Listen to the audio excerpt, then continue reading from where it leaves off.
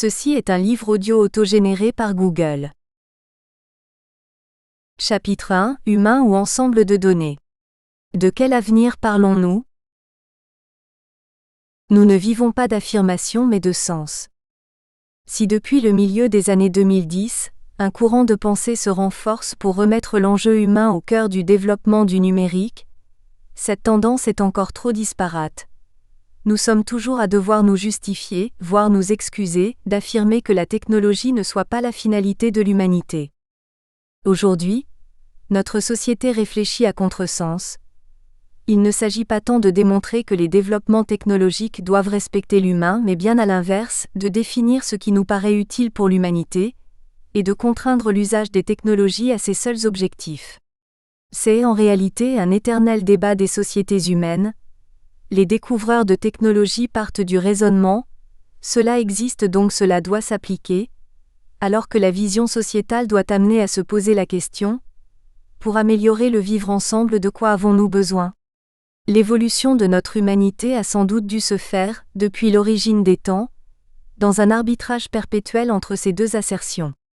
Aujourd'hui, pour nous approprier collectivement le monde digital, après une longue phase de déterminisme technologique, nous devons entrer dans celle de l'appropriation humaine. De trop nombreux acteurs sont encore dans la logique de la primauté de l'objet sur sa raison d'être.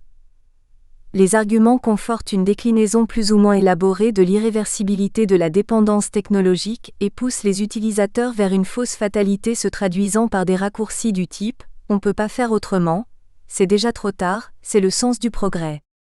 Heureusement que nos pères et nos grands-pères, ainsi que tous ceux qui les ont précédés, ne se sont pas limités à ces raisonnements. Sinon des centaines de millions de gens seraient morts, après la Seconde Guerre mondiale, sous les bombes atomiques, pour ne prendre qu'un élément simple et connu de tous. Une technologie n'a de sens que par les réalisations qu'elle génère. Ce n'est pas la technologie qui fait le bien ou le mal, mais l'usage qui en est tiré. Cessons d'affirmer en dépit du bon sens, et cherchons au contraire à donner des clés de lecture. Dans cette ère de la dématérialisation, ouverte à nous depuis quelques décennies, nous nous enivrons de mots définitifs. Disruption, révolution, fracture. Autant de mots définitifs qui provoquent les peurs. Et quand une société a peur, elle ne raisonne plus, elle se soumet ou bien et puis se révolte. Cela a toujours été le cas, et l'ère du numérique, de mon point de vue, n'y échappera pas. Alors que dire à ceux qui nous interpellent sur l'irréversibilité de ce qui se passe ? D'abord que mon grand-père n'a pas été disrupté. Mon grand-père, né à la fin de la voiture à cheval, a vu l'homme marcher sur la Lune ainsi que l'arrivée de l'informatique. Il a fait la Première Guerre, a résisté durant la Seconde, avec 60 millions de morts pour cette dernière, et a subi 3 crises économiques. Quasiment aucun des métiers, des modes de vie, des usages, des outils, de la fin de sa vie n'était imaginable à sa naissance. Et pourtant il n'a jamais été disrupté. Sans remettre en cause l'horreur de ce qu'ils ont vécu, ce qui mettait en colère mon grand-père n'était pas tant les technologies, ce sont les premières batailles d'artillerie et les premiers gars, que la folie des hommes qui les avaient détournés au service de leur gloire. Je ne pense pas que ce à quoi nous assistons aujourd'hui soit plus destructeur que ce à quoi ils ont assisté. L'une des différences est peut-être qu'à cette génération, on était moins préoccupé de son propre bien-être au regard de celui de la société. Aujourd'hui, on prédit des catastrophes pour la génération de mes enfants, tous les 3 nés après 1990. Nous avons un véritable examen de conscience à faire sur nos réactions de peur et de catastrophisme. Le monde, à chaque changement, est peuplé de gourous et autres Nostradamus dont le principal objectif est pour tous, de se faire entendre et pour certains, d'en tirer des revenus significatifs. Il ne s'agit pas de nier que les évolutions soient majeures et porteuses d'espoir, mais de ramener du bon sens et de la quiétude. Si j'étais dans le déni technologique, je ne serais pas aujourd'hui actionnaire d'une blockchain des métiers de la connaissance. En revanche, je suis dans le refus du déterminisme venant de gens qui pour beaucoup nous raillaient, quand dans les années 90, nous tirions les premiers signaux d'alarme. Comme à cette époque, il ne s'agit pas de remettre en cause les évolutions technologiques, mais de se poser la question de leurs usages. Pourquoi et au bénéfice de qui ? Projeter les comportements et non les technologies. Le numérique bouleverse l'ordre établi. Ce n'est pas une découverte puisque l'on sait de tout temps que le principal effet d'une technologie est de redistribuer les cartes, de définir de nouveaux comportements, de créer de nouvelles économies. Il n'est pas nouveau non plus de voir, au démarrage d'une évolution technologique, les techniciens nous prédire un monde géré par la dite technique. L'homme s'est servi de chacune des évolutions pour asseoir un plus grand pouvoir, mais la banalisation de la technologie finit toujours par faire disparaître le poids des techniciens au profit des usages. Cependant, lors des phases de croissance des technologies, les acteurs les plus impliqués creusent l'écart avec les moins concernés, les premiers en tirent les plus grands profits. Dans le cas des technologies de la dématérialisation, cet écart est démultiplié par la viralité des développements. On assiste aujourd'hui à une segmentation de plus en plus profonde entre une toute petite partie de la population qui en tire un grand profit au détriment de l'immense majorité de nos concitoyens. Si une technologie influe de façon hétérogène sur les composantes de la société, alors le principal enjeu sera moins la technologie elle-même que la cohésion. L'impact sur les comportements est le facteur déterminant à prendre en compte.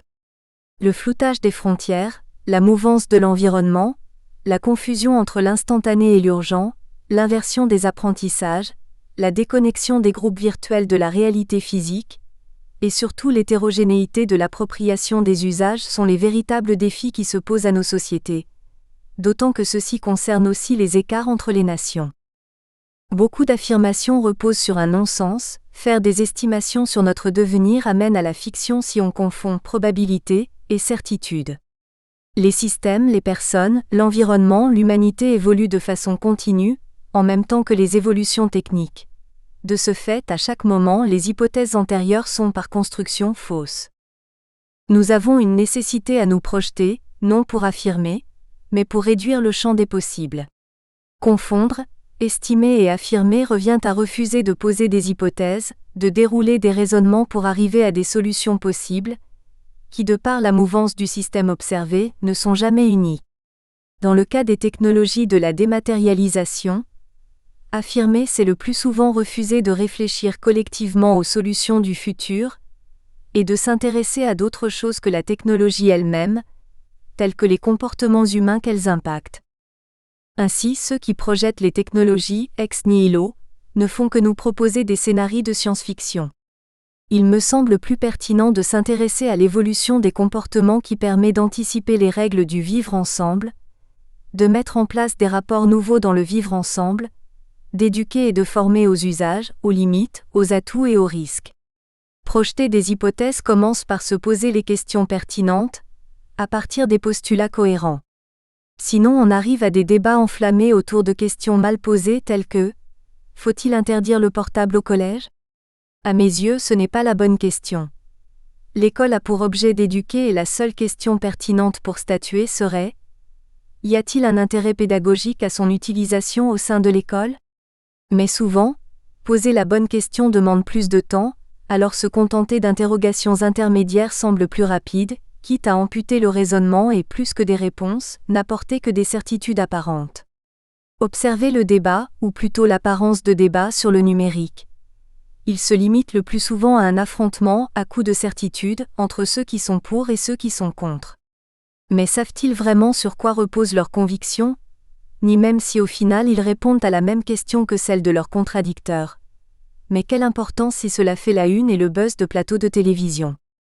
Les technologies numériques sont invasives et les questions qu'elles couvrent dépassent de loin le énième combat entre les technologies et la pertinence de leurs usages. Le champ impacté est global et adresse par son étendue des domaines jusqu'alors indépendants, jamais réellement rapprochés. Nous entrons ainsi dans un champ d'incertitude qu'il va falloir apprendre à gérer. Ajoutons que les technologies de la dématérialisation impactent des composantes fondamentales de nos comportements, générant le sentiment que leur arrivée est fulgurante. Les technologies digitales ne sont pas nées d'un coup, mais d'un long processus continu. La majeure partie des discours aujourd'hui tentent de faire passer ces mutations comme des fractures. Pourtant une fracture, une révolution, une rupture caractérisent des événements brutaux définitifs, avec un avant et un après. Mais cela fait plus de 100 ans, à la sortie de la guerre 14-18 que le processus est engagé. Nous sommes simplement en train de franchir une nouvelle marche qui rend visible l'impact technologique sur nos actes du quotidien. Ce faisant, nous avons tendance à perdre la mémoire des évolutions que nous avons déjà vécues et celles qu'ont vécues ceux qui nous précèdent. Dommage, car à vouloir toujours se convaincre que le présent est unique, on perd beaucoup de temps à réinventer ce qui avait déjà été mis en œuvre. Si nous nous limitons à un environnement relativement récent, la seconde moitié du XXe siècle, pour séquenceur la montée en puissance de ces technologies, on peut schématiser celle-ci en 5 phases principales. L'automatisation qui débute dans les années 60. Suivie dans les années 80 par l'informatisation. Puis de la numérisation en début 90, avec une première phase concomitante à l'arrivée d'Internet. Débouchant sur une seconde phase post-2001, l'exploitation des données. Pour arriver à l'orée des années 2010, à ce que l'on a pris l'habitude de nommer intelligence artificielle. Cette progressivité va séquenceur l'accompagnement de l'activité humaine. L'automatisation va substituer à une commande humaine, par une action machine rendant le mouvement autonome. C'est l'ère des automates dont l'usage débute par les outils de production, dans le champ de compétences de l'opérateur. L'informatisation va apporter au poste de travail une capacité de calcul, d'écriture. Dans ce sens, elle constitue un renforcement de l'automatisation. Mais l'informatisation va plus loin. Elle va sortir de l'atelier pour entrer dans les bureaux, et surtout toucher la frange des employés et cadres de l'entreprise. À cette période, les strates de cadres ont mis beaucoup de temps avant de s'informatiser. Dans les familles, on commence tout juste l'introduction des ordinateurs personnels, pour lesquels le rôle de Microsoft va être prépondérant. Il faut se souvenir que le taux d'équipement informatique des ménages était un enjeu national et il ne faut pas s'étonner qu'élu en tête, une place royale ait été faite à Microsoft pour y répondre. La numérisation première génération, qui est couplée avec l'arrivée des réseaux de communication, va permettre un saut significatif par le transfert des processus de support physique ou analogique vers des applications dématérialisées et numérisées. Le principe dans la numérisation première génération est le changement d'état. On part d'un élément physique, papier, objet, procédure, mouvement, et on le transforme en données dématérialisées. Ce qui prend un nouveau développement avec la capacité que l'on peut avoir en les transportant. Le principe de la numérisation reste cependant relativement statique. Dans un premier temps, elle sert à reproduire ce qui se fait déjà, en cherchant à en améliorer l'efficience. Mais très vite, l'ouverture des réseaux et surtout la prise de conscience que l'on a transformé un élément statique en données mobiles et traitables par de nombreux moyens de calcul, fait basculer dans la seconde génération. La numérisation seconde génération, que l'on a à tort, appelée du mot anglais digitalisation, additionne l'acquisition des données au potentiel de l'informatique et à la vitesse des réseaux. On passe alors de l'ère de la dématérialisation de données physiques à celle de la substitution. On se rend compte que les mêmes données peuvent servir à des usages très différents. Pour les entreprises ou les compétiteurs, cette substitution de la donnée du champ où elle est collectée à celui dans lequel elle va être appliquée, fait exploser les opportunités concurrentielles, de plus en plus transversales, les modifications profondes de processus. Dans cette seconde phase qui fait intervenir toutes les composantes des nouvelles technologies, temps, espace, taille et état, l'enjeu de la donnée devient le Graal, car sa fluidité permet des usages de plus en plus vastes. La troisième génération de la numérisation va utiliser cette disponibilité de la donnée pour venir au secours des moteurs d'inférence qui balbutiaient depuis le début des années 60. Le développement d'algorithmes pour simuler des phénomènes complexes, pour développer des usages opérationnels, s'accélère alors qu'il était à la peine depuis près de 40 ans principalement à cause de la faible volumétrie des données disponibles et de la lenteur de traitement. Depuis la naissance des statistiques, on sait que la taille du panel est prépondérante pour la valeur du résultat. Avec les moyens anciens, la constitution du panel était une première approximation. Aujourd'hui, quand on lit « Enquête faite auprès de 800 personnes représentatives », on peut s'étonner. En effet, la troisième génération de la numérisation est entrée dans une ère où la disponibilité de la donnée est quasi totale et pour le moment, gratuite, puisque tout opérateur peut se l'approprier. Plus le champ de la donnée augmente et plus on quitte la notion du panel pour chercher à se rapprocher de l'exhaustivité. Les algorithmes, une fois passé le stade du risque d'étouffement, ce que la miniaturisation, la compression de données ont résolu, vont pouvoir fournir des aides de plus en plus précises à l'accompagnement de l'intelligence humaine et toucher à des domaines que l'on ne pouvait jusqu'alors modéliser. L'importance des algorithmes devient telle que l'on en oublie qu'ils décrivent seulement une succession ordonnée de calculs, et non un être mystérieux au super-pouvoir. Avènement de la blockchain, nouvelle intermédiation. Dans un univers où les technologies nous ont donné pendant une quinzaine d'années le sentiment de déstructurer les groupes, le début des années 2010 entame un virage. Une nouvelle prise en compte du besoin de lieux de confiance, transparents, sécurisés, rapides permettant à chacun de collaborer avec d'autres où qu'il soit, de façon libre, cela sera l'ère de l'intermédiation artificielle. Dévoilé par les crypto-monnaies, l'usage des puissances de calcul a fait surgir un nouveau mode de société, ou plutôt d'intermédiation. Le monde qui nous semblait se déstructurer, ne plus obéir à aucune règle, a commencé à redéfinir des règles de vivre, ou plutôt de travailler ensemble. La logique des blockchains repose non sur une suppression des tiers de confiance mais plutôt sur une vision différente de la confiance, partagée et démocratique. Règle de la majorité, registre partagé. Nous faisons nos premiers pas dans une phase nouvelle qui repose sur la création de sociétés nouvelles, ou plus exactement de sociétés multiformes, ne reposant plus sur une définition géographique mais sur une définition de règles particulières, partagées par des membres qui se cooptent, se régulent et mettent en œuvre des projets communs. Une évolution continue, qui remet totalement en cause nos comportements. Ceci nous appelle à un fondamental. La fulgurance définit plus souvent la perception de la vitesse que la vitesse elle-même. Je me rappelle combien on s'est moqué de moi, quand dès 1997 j'avertissais sur les conséquences prévisibles. Apprenons à regarder les signaux faibles, et nous serons moins désorientés. Traiter des évolutions comme des révolutions au lieu de mouvements, nous amène à prendre les mauvais outils, à prendre les mauvaises décisions.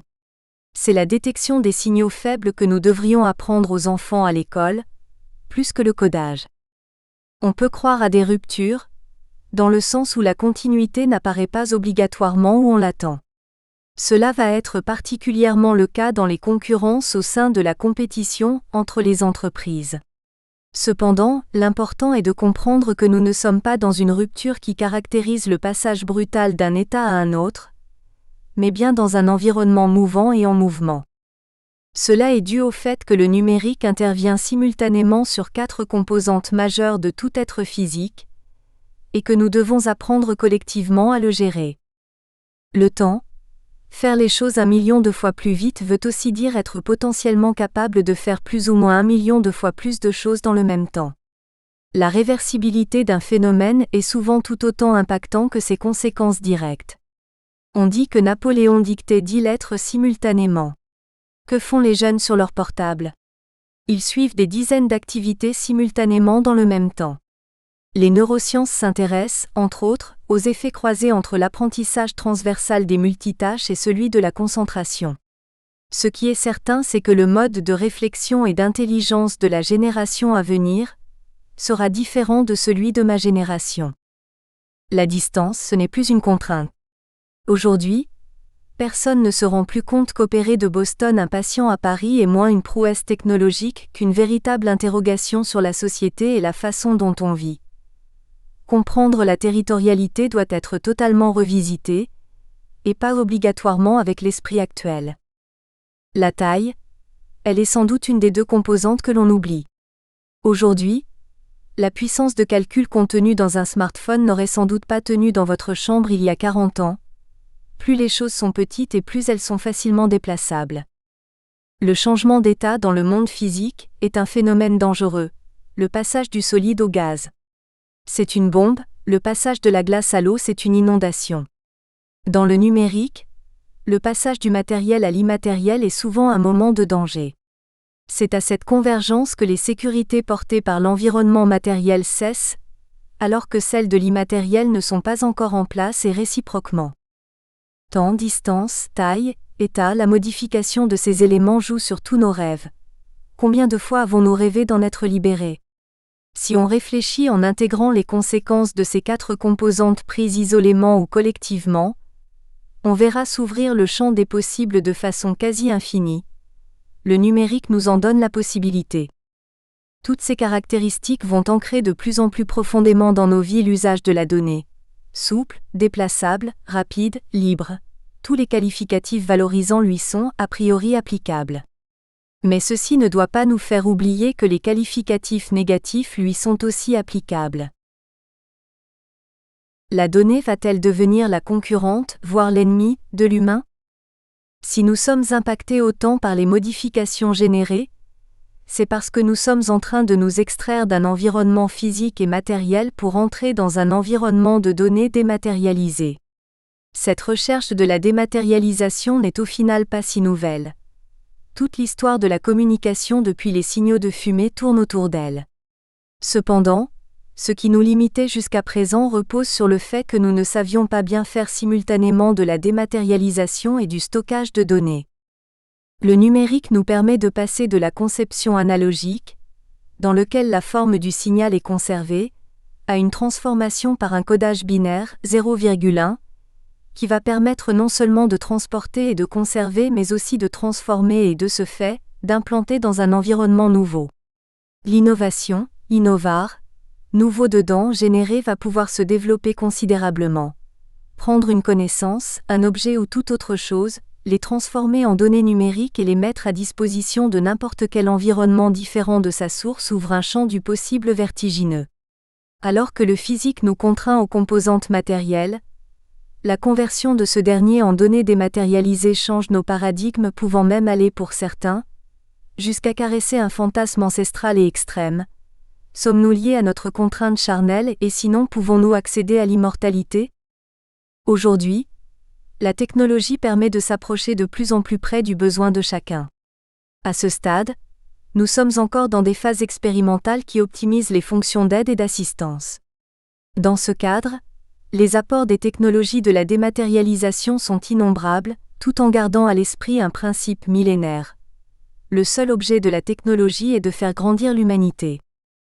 L'alerte vient de ce que les prochaines étapes annoncées, celles que portent principalement les défenseurs du transhumanisme, de l'eugénisme et du scientisme, ouvrent 2 voies porteuses de dérives graves. Sur le champ technologique, le danger est de chercher à normer 80 voire 90% de la population pour progressivement éliminer les franges qui complexifient les modèles sans générer un profit supérieur. Au final, la création de l'être humain standard. Sur le champ de la réflexion, le danger est le risque de mécaniser l'intelligence. Cela s'illustre par la course au QI, universel ou minimal suivant les théories qui fait abstraction de toutes les autres formes humaines de l'intelligence. Si on se souvient des dérives de l'histoire sur ce thème, à commencer par celle du XXe siècle, il y a de quoi frémir. C'est en cela que la vigilance doit passer au stade de l'action. Les outils qui devraient se contenter d'être une aide risquent d'être utilisés pour contraindre tout un chacun à correspondre à un modèle standard, à un QI normé. L'aide à la décision que produit l'intelligence artificielle pourrait ainsi devenir une contrainte imposée à tous. C'est pour cela que nous devons nous poser urgemment la question de la société dans laquelle nous souhaitons vivre. L'alternative est au final d'une grande simplicité, n'en déplaise aux adeptes de la complexité. Soit nous mettons au cœur de nos développements l'humain avec tous ses particularismes, ses individualités, ses perceptions. Nous espérons que vous avez apprécié cet aperçu. Pour continuer à écouter ce livre audio sur Google Play Livres, utilisez le lien dans la description de la vidéo.